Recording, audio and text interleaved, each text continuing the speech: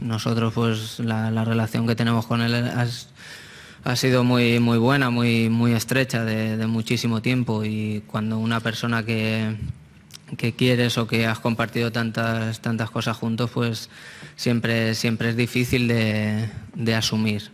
Intentaremos, pues siempre a uno siempre le hace ilusión que la gente con la que ha estado pues se acuerde de él, y bueno, es una persona que podremos afortunadamente ver cuando queramos, y él sabe pues que el cariño que le tenemos, ya se lo hemos mostrado en estos últimos días, pues es tremendo, ¿no? Por lo tanto, creo que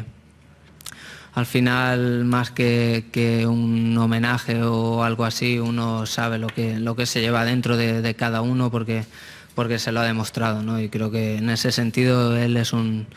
una persona muy afortunada, porque